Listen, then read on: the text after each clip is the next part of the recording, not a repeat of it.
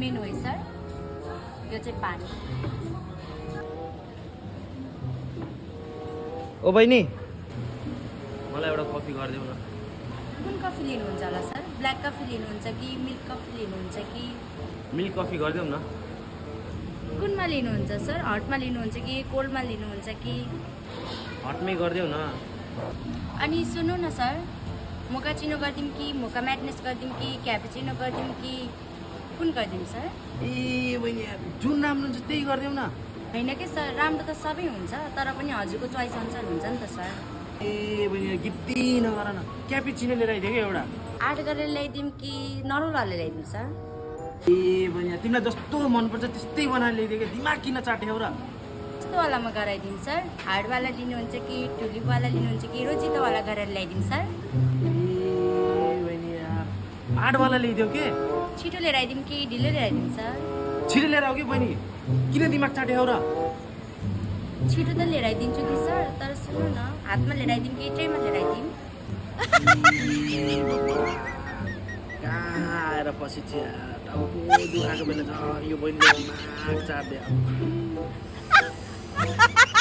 केमा राखेर लिएर आऊ कि बहिनी, छिट्टो लिएर आऊ है।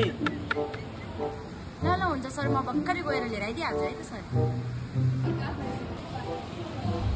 क्याप्चिनो।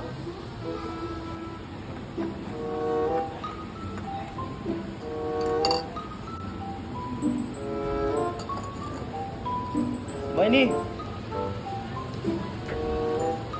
हजुर सर, बिल लिएर आइदेऊ है।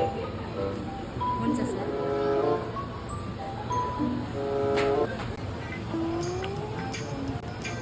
सर बिल है? 170 हो। हजुर सर। क्युआर गरिदिउँ कि क्यास गरिदिउँ? क्यास गरिदिनु नि सर।